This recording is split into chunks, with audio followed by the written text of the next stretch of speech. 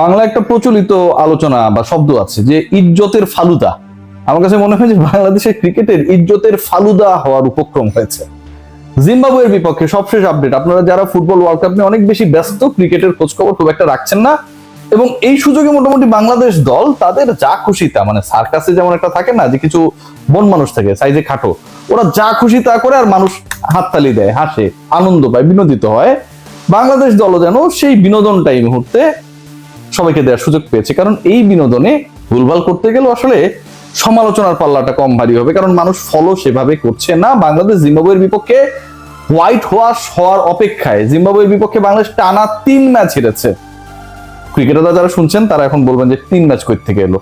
প্রথমে টেস্ট হেরেছে ইনিংস ব্যবধানে, এবং সেটা 2.5 দিনে মাত্র। পরের দুইটা ওয়ানডেতে বাংলাদেশ প্রথমটা 116 রানে অল আউট হয়ে গেছে, এবং পরের ম্যাচে সবশেষ ম্যাচ কিছুক্ষণ আগে যেটা শেষ হলো সেখানটাও পরাজিত দলের নাম বাংলাদেশ। এবং এই বাংলাদেশ যেভাবে জিম্বাবুয়ের বিপক্ষে পরাজিত হলো টানা 2 ওয়ানডেতে, পরের ম্যাচটায় বাংলাদেশ ডেফিনেটলি ফেভারিট না, এবং এই ম্যাচে পরাজিত হলে একটা দারুণ, মানে থাকে না যে অনেকে তো অনেক রেকর্ড করছে, লিওনেল মেসি রেকর্ড করছে কি যে পেনাল্টি মিসের বিশ্ব রেকর্ড, ওয়ার্ল্ড কাপে পেনাল্টি মিসের বিশ্ব রেকর্ড।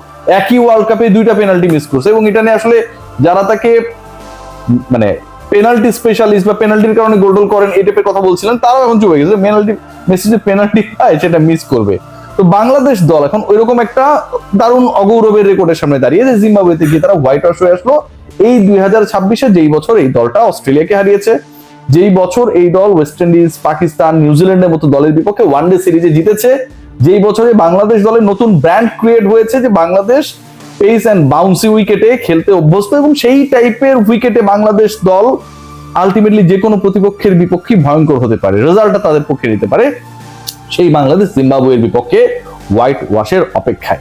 টানা 7টা ম্যাচে পরাজয় তামিম ইকবালের ক্রিকেট বোর্ড আসার পর থেকে, এবং যিনি এই মুহূর্তে ক্রিকেট অপারেশনসের দায়িত্বে, এবং এই ব্যর্থতার বিশাল দায়ভার তিনি এই সিলেকশনের সাথে কিংবা টিম ম্যানেজমেন্টের ভেতরের ডিসিশন মেকিং এর সাথে থাকুন আর না থাকুন, যেহেতু তিনি অফিসিয়ালি ক্রিকেট অপারেশনসের চেয়ারে রয়েছেন, এই টানা 7 ম্যাচে পরাজয়ের দায় দায়িত্ব পুরোটাই তার। 7 ম্যাচ করতে হলো জিম্বাবুয়ের বিপক্ষে 3 ম্যাচ টেস্ট সহ। এর আগে বাংলাদেশ অস্ট্রেলিয়ার বিপক্ষে হেরেছে, এবং অস্ট্রেলিয়ার বিপক্ষে বাংলাদেশ 3টা টি20 হেরেছে, তাহলে হচ্ছে 3 আর 3-এ 6, এবং লাস্ট ওয়ানডেতে পরাজিত হয়েছে। মানে 7টা ম্যাচে বাংলাদেশ জয় দেখে না। বাংলাদেশ গত 7 ম্যাচে 3 ফরম্যাটেই পরাজিত হয়েছে। গত 7 ম্যাচে বাংলাদেশ 3টা ওয়ানডে হেরেছে, 3টা টি20 হেরেছে, একটা টেস্ট হেরেছে, এবং সেটা ইনিংস ব্যবধানে জিম্বাবুয়ের মতো দলের বিপক্ষে। এই দলকে, এই দল পরিচালনাকারীদেরকে কিসের সাথে তুলনা করবেন? মোহাম্মদ আশরাফুল মানে সিগনিফিকেন্ট একটা তত্ত্ব দিয়েছেন, এবং এই তত্ত্বের আসলে গভীরতা বোঝার জন্য আপনাকে, আমার কাছে মনে হয় যে অন্তত 50 থেকে 100 বছর অপেক্ষা করতে হবে। That Mohammad Ashraful, he was right that time. কারণ কি, দেখুন, জীবনানন্দের কবিতা বা সাহিত্যকে বোঝার জন্য ওই প্রজন্ম আসলে, মানে আমার কাছে যেই তথ্য রয়েছে বা যতটুকু আমরা পড়াশোনা করেছি, খুব বেশি ক্যাপাবল ছিল না। সময় যত গড়িয়েছে জীবনানন্দ তত বেশি সমসাময়িক হয়ে উঠেছে।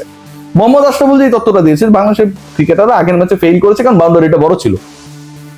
বাউন্ডারি বড় থাকার কারণে আপনার দল, যেই দলটা জিম্বাবুয়ের থেকে বড় দল, যেই দলের র্যাঙ্কিং জিম্বাবুয়ের থেকে বড়, যেই দলের ক্রিকেটাররা জিম্বাবুয়ের থেকে বড়, যেই দলটা খেলে বিসিবির আন্ডারে বাংলাদেশ ক্রিকেট বোর্ড, সেটাও জিম্বাবুয়ের থেকে বড়, কিন্তু বাউন্ডারি 5-6 মিটার বড় হওয়ার কারণে সেই দল তাদের সাথে পারে না। তাহলে আপনি ব্যাটিং কোচ হিসেবে কি শেখালেন? বড় যদি হয় বাউন্ডারি লাইন কিভাবে ক্রস করতে হবে, কিভাবে বাংলাদেশ মিসিটের কারণে বাউন্ডারি লাইনে আউট হবে না, সেই জ্ঞানটা দেওয়ার দায়িত্ব যার, সেই তিনিই বলছেন যে আসলে বাউন্ডারিটা বড় ছিল। পরীক্ষায় আসলে অঙ্ক এসেছে, থাকে না অনেক ক্ষেত্রে অঙ্কগুলো একটু চেঞ্জ করে দেয় নাম্বার, অথবা অনেক ক্ষেত্রে যখন ম্যাথস পরীক্ষা হয় আমরা দেখি যে অনেক অনুসিদ্ধান্ত থেকে অনেক ডিসিশনস গুলো আসে, রাইট? এবং স্যার বলছে যে আমি তো আসলে চ্যাপ্টারের বাইরে পড়াইনি, এই কারণে আমার স্টুডেন্ট ফেল করেছে। আপনি ওই টিচারকে রাখবেন? মোহাম্মদ আশরাফুল কিন্তু ঠিকই ওই জায়গাটায় রয়েছে। আশরাফুল ভাই, আমার কথার জন্য খুবই সরি, আপনি হয়তো শুনছেন অথবা শুনেছেন কারো মাধ্যমে, অথবা ইনবক্সে পেয়েছেন এই আলোচনাটা। আপনি যে তথ্য দিয়েছেন এটা কোনোভাবে একসেপ্টেবল না, অন্তত আপনার মতো একজন লেজেন্ডের কাছ থেকে একসেপ্টেবল না। আপনার এই ক্রিকেটাররা 5 মিটার 6 মিটার বড় বাউন্ডারির জন্য পারবে না। আবার এই আপনারাই সবশেষ চট্টগ্রামে যখন প্রথম ম্যাচটা খেলতে গেলেন টি20-তে, আপনারা আবার বড় বাউন্ডারিতে খেলেছেন, সম্ভবত 76 মিটার সেটা ছিল, পরের ম্যাচে আবার সেটা কমিয়ে আনা হয়। সো আপনারা আসলে কোনটাতে ক্যাপেবল? ইউ গাইস আর, আমার কাছে মনে কনফিউজড। আজকের ম্যাচে যদি দেখেন যে এই ম্যাচটায় বাংলাদেশ যখন হারলো 13-14 রানের ব্যবধানে, 12 বলে 14 রান মনে দরকার ছিল লাস্টে। মেহেদী হাসান মিরাজ যেই শটটা খেললেন, পাওয়ার প্লে চলছে, 5 জন ফিল্ডার ভেতরে, you have enough space to place your ball. Very first বলে আপনি যে মিজিটটা করলেন শর্ট পিচ বলে, আপনি আউট হয়ে গেলেন। বাংলাদেশ অন্তত লাস্ট ওভার পর্যন্ত ফাইট করার অবস্থায় ছিল, জাস্ট 2টা ছক্কা লাগতো তাহলে বাংলাদেশ এই ম্যাচটা টাই হয়ে যায়। আপনার হাতে 12 বল 14 রান লাগবে, সেই মুহূর্তে আপনি যেই শটটা খেললেন ভেরি ফার্স্ট বলে, এবং সেটা আপনি মিসজাজমেন্ট করলেন, এটা তো ক্ষমার অযোগ্য। তাওহিদ হৃদয় 90 বল খেলে 60 রান করলেন, 90 বল খেলে 60 রান, রিয়েলি ম্যান, এটাও সম্ভব? এই ম্যাচে তো আমরা অন্য ব্যাটারদেরও দেখেছি, আমরা তানজিদ হাসান তামিমকে দেখেছি আর্লিয়ার স্টেজে, এবং তিনি করেছেন হচ্ছে 70 বলে 57, 81 স্ট্রাইক রেটে। আজকে যেভাবে তাওহিদ হৃদয় খেলেছেন মনে হচ্ছে যে he was like playing test cricket. 66 strike রেটে তিনি ব্যাট করলেন। নুরুল হাসান সোহান চেষ্টা করেছেন বেচারা, আগের ম্যাচও ট্রাই করেছিলেন, but he became the part of the failure side, এবং আজকেও সেটা হয়েছে। মোসাদ্দেক সৈকত ওয়ান্স এগেইন ফেইলিওর। মেহেদী হাসান মিরাজের 25 রানের যে ইনিংসটা 33 বলে, আপনি এটাকে মানে till the last man he tried, যদিও খুবই বাজে একটা শট খেলেছেন মিরাজ, এটাকে কোনোভাবে অ্যাকসেপ্টেবল করা যাবে না, খুবই বাজে শট খেলেছেন, বাট তার সাথে যে একটা পার্টনারশিপ গ্রো করা দরকার ছিল সেই জায়গায়ও কিন্তু কোনো হেল্প মেহেদী হাসান মিরাজ পান নাই। তানজিদ হাসান তামিমের কাছ থেকে পান নাই, দুঃখিত, মোসাদ্দেক হোসেন সৈকতের কাছ থেকে পান নাই, যিনি 9 বলে 7 রান করে আউট হয়ে গেলেন, অথচ তিনি মানে অবিস্মরণীয় ক্রিকেট খেলছিলেন এই মাত্র 2-3 সপ্তাহ আগে অস্ট্রেলিয়ার বিপক্ষে। রিশাদ হোসেন, তাকে ওয়ানডেতে কেন পিক করা হয়, আমার কাছে যারা রয়েছে আমি সবার কাছে এই প্রশ্নটা সবসময় রাখি। না ব্যাটিং না বোলিং কোনো দিক থেকেই তিনি কন্ট্রোল না, 60 বল কন্ট্রোল করে বল করবেন সেরকম বোলার রিশাদ এখনো হয়ে ওঠে নাই, এবং রিশাদ হোসেনকে আজকেও খেলানো হলো।